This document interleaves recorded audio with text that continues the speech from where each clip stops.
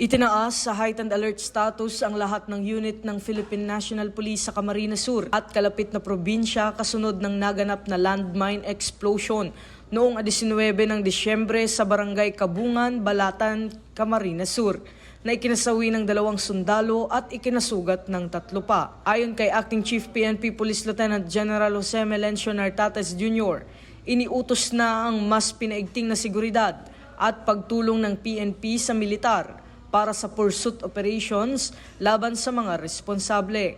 Kasabay nito patuloy ang investigasyon at paghahanda ng kasong isasampa laban sa mga sospek.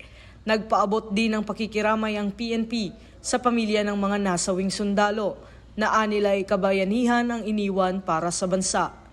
Samantala sa hiwalay na pahayag, tinitiyak ni Philippine Army Commander Lieutenant General Antonio Nafarrete ang suporta ng hukbong sandatahan sa mga pamilya ng mga biktima at iginiit na hindi sila titigil hanggang makamit ang hustisya at mapanumbalik ang kapayapaan sa lugar. Ito ang bagong PNP para sa bagong Pilipinas. Serbisyong mabilis, tapat at nararamdaman.